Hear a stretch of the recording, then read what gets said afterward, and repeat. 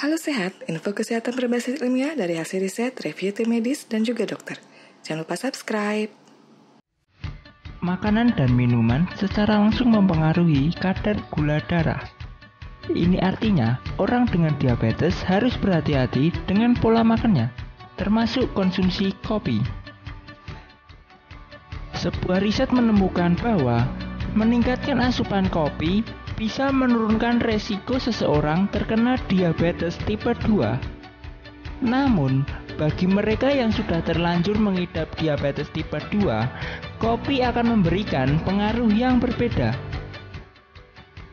Meskipun kopi bisa bermanfaat untuk melindungi tubuh dari diabetes, namun beberapa studi juga menunjukkan bahwa kopi hitam bisa berbahaya bagi orang-orang yang sudah mengidap diabetes tipe 2.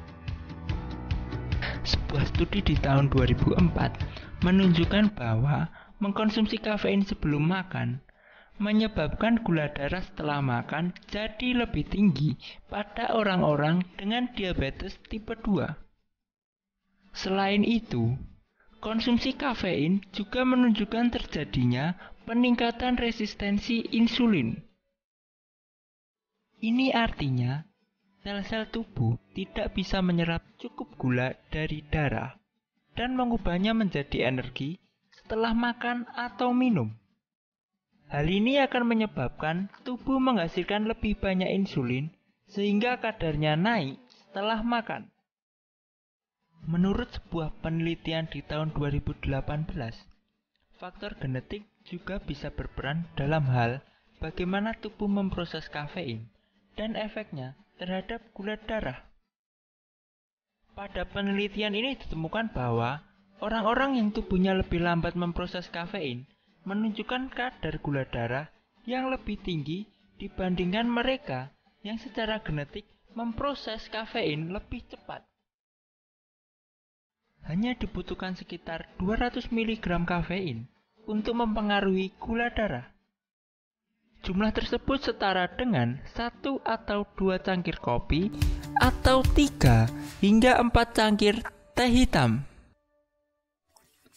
Namun, beberapa penelitian menunjukkan hasil yang berbeda. Penderita diabetes yang rutin minum kopi, ada yang menunjukkan peningkatan kadar gula darah dan ada pula yang tidak. Para ahli berpendapat bahwa tidak adanya peningkatan terjadi karena tubuh sudah terbiasa mendapat asupan kafein dalam jumlah tertentu dalam jangka waktu yang lama.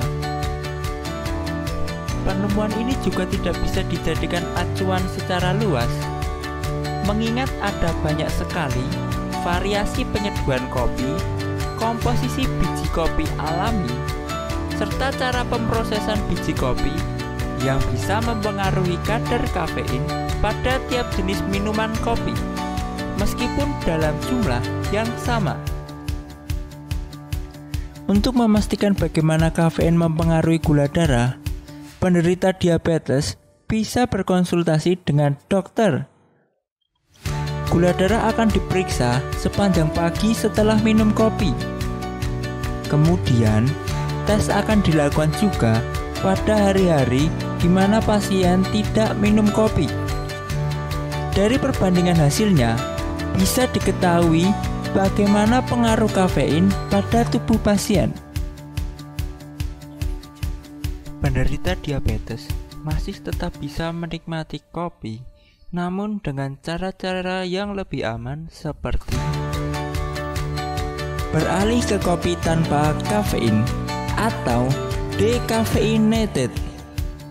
Kafein adalah komponen utama dalam kopi yang mempengaruhi kadar gula darah. Karena itu, para ahli menyarankan penderita diabetes untuk mengganti kopi yang rutin mereka minum dengan kopi tanpa kafein atau decaf. Meskipun kopi tanpa kafein masih memiliki sedikit sekali kafein, namun tidak akan memberikan pengaruh yang signifikan terhadap kadar gula darah atau insulin.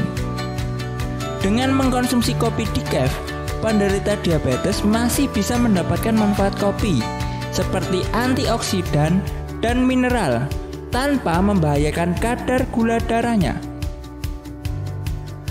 Minum kopi tanpa gula, krim, atau susu. Pengaruh gula dan lemak dalam kopi kemasan atau kopi siap minum bisa menutupi manfaat dari kopi dalam bentuk murninya. Begitu pemanis ditambahkan ke dalam kopi, maka ia akan menjadi minuman yang bisa meningkatkan resiko terjadinya diabetes tipe 2. Mengkonsumsi terlalu banyak gula sudah jelas berkaitan dengan diabetes dan obesitas. Rutin minum kopi yang diberi tambahan susu dan gula bisa menyebabkan terjadinya resistensi insulin yang akhirnya akan berakhir sebagai diabetes tipe 2. Bagi penderita diabetes, sebaiknya konsultasikan dahulu pada dokter bila terbiasa minum kopi.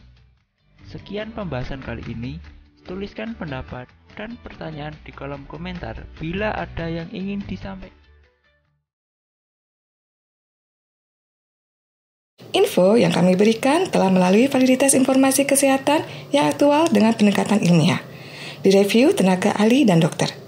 Jangan sampai Anda melewatkan info kesehatan yang krusial dan mungkin dapat menyelamatkan keluarga dan teman kita. Jangan lupa subscribe dan nyalakan lonceng notifikasi agar tidak ketinggalan info dari Halo Sehat.